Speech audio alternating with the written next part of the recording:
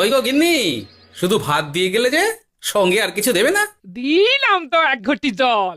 ভাতে জল ঢেলে নুন দিয়ে মেখে খেয়ে নাও। হ্যাঁ, কি রোজ রোজ সেই এক খাবার?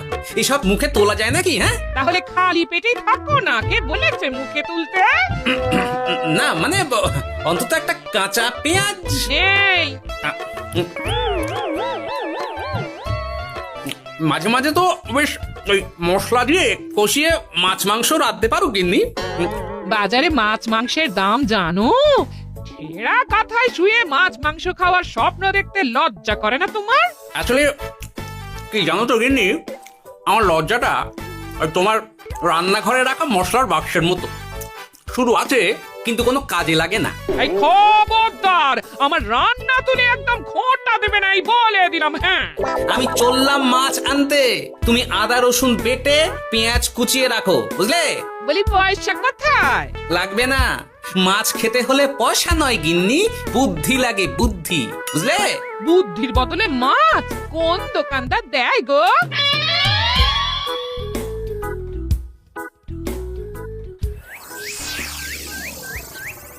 না না না না না, কিছুতেই বুঝে উঠতে পারছি না।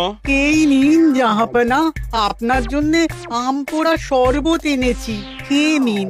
ওরা কপাল আগে সামলাই, তারপর আম পোড়ার শরবত খাবো।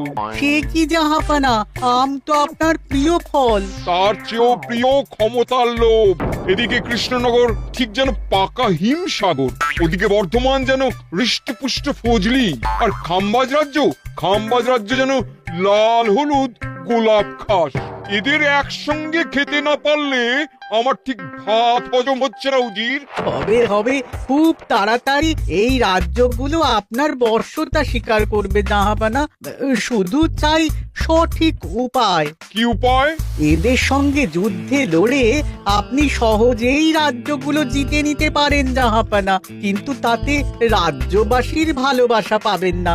রাজ্যবাসীর ভালোবাসা পেতে হলে প্রমাণ করতে হবে তাদের রাজারা অপদার্থ।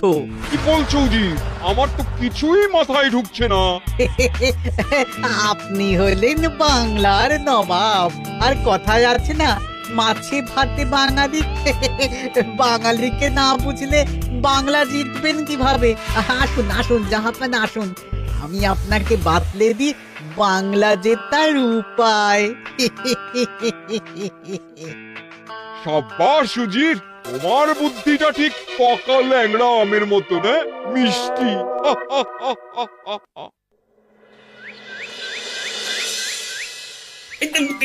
ধর ধর ধর ধর ধর, এই পায়ের নিচ দিয়ে গলে গেল, ধর ধর ধর ধর। বিশাল বড় মাছ গো গোপাল দাদু, একেবারে পাকা শোল। ছাড়বে না গোপাল দাদু, আজ রাতে আমরা জমিয়ে মাছ ভাত খাবো। খেতে তো হবে শোল মাছের ঝোল আর তেল কই। তোদের দিদাকে বড় মুখ করে বলে এসেছি, এই, ধরেছি।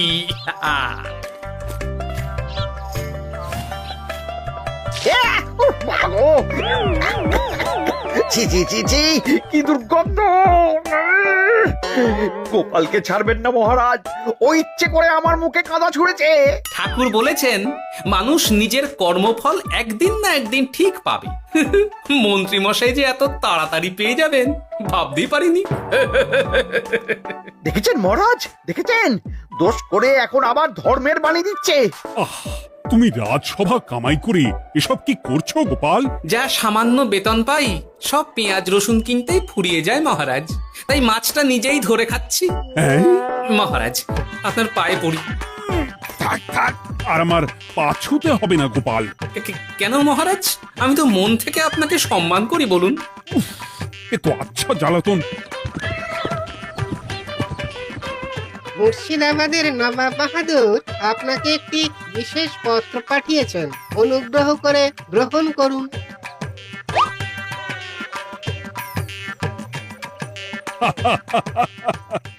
এ তো দারুণ আবদার। যাবো যাবো, আমি অবশ্যই যাব। কোথায় যাবেন মহারাজ?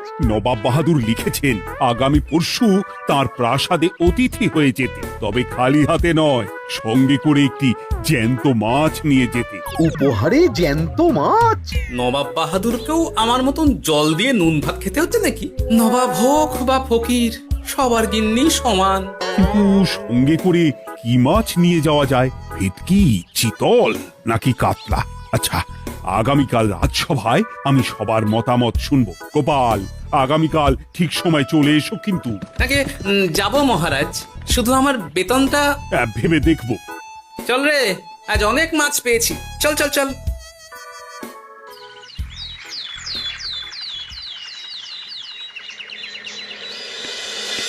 কি মহারাজ, আপনাকে এত চিন্তিত দেখাচ্ছে কেন?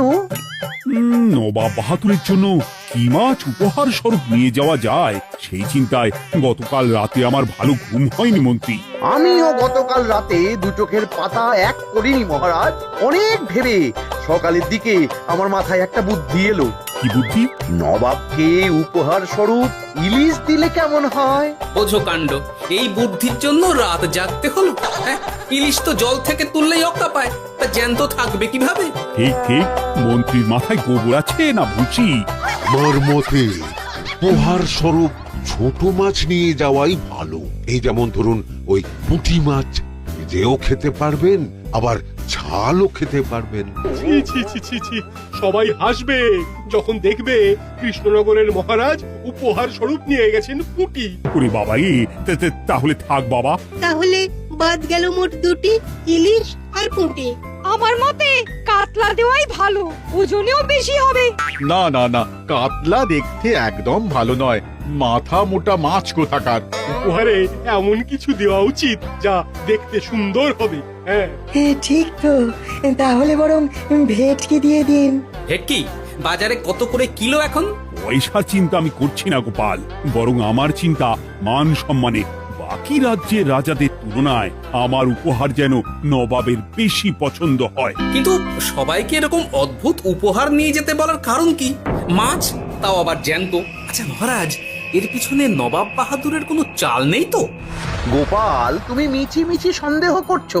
কথা না ঘুরিয়ে বরং একটা ভালো মাছের নাম বলো দেখি। ভালো মাছ?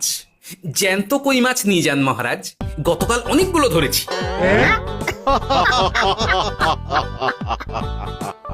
কি, এত ভালো ভালো মাছ থাকতে আমি শেষে কই মাছ নিয়ে যাব? তুমি সমাধান না দিয়ে উল্টে মজা করছো গোপাল।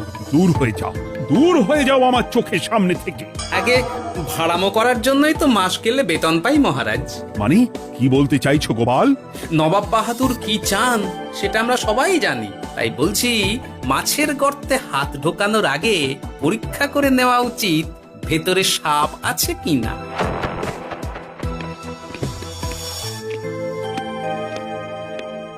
এই মন্ত্রী, গোপাল কি বলে গেল? সাপ ব্যাং কিছুই তো বুঝলাম না। ছাড়ুন তো গোপালের কথা, আমরা বরং মাছ নিয়ে আলোচনা করি। আমার মতে জ্যান্ত ভেটকি নিয়ে যাওয়াই ভালো।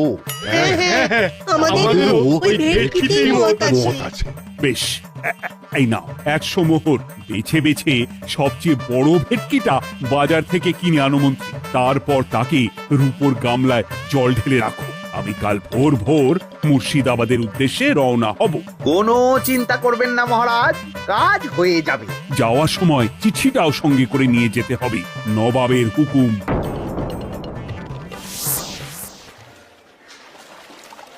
এই দেখুন কেমন খেলা করছে। হ্যাঁ, বাহ বাহ বাহ। ওজনে কত হবে? 4 কিলো তো হবেই। কিলো 2 পয়সা হিসেবে 8 পয়সা দেবেন। আমি শুধু ওজন জানতে চেয়েছি, দাম শুনে আমার কি হবে? এই, এটাকে গাড়িতে তোল। আর মাছের দামটা?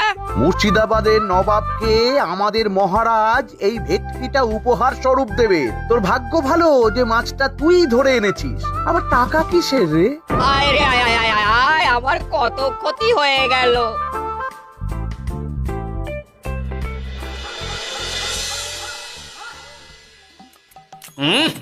তুমি তেল কৌটে যা রেঁধেছ না? বলি বলি আর কটা মাছ আছে গো? আছে, তাতে আগামী 7 দিন হয়ে যাবে। হ্যাঁ, তাহলে কাল কই মাছের ঝোল খাবো, পরশু খাবো শোল মাছের কালিয়া। এসব খেয়ে খেয়ে জিভে চড়া পড়ে গেল। বাজার থেকে একটু ইলিশ ভেটকিও তো আনতে পারো। ইলিশের অনেক দাম গো গিন্নি, আর ভেটকি তো বাজারে প্রায় ওঠেই না। কে বলেছে তোমাকে? শুনলাম মন্ত্রী মশাই নাকি আজ বাজার থেকে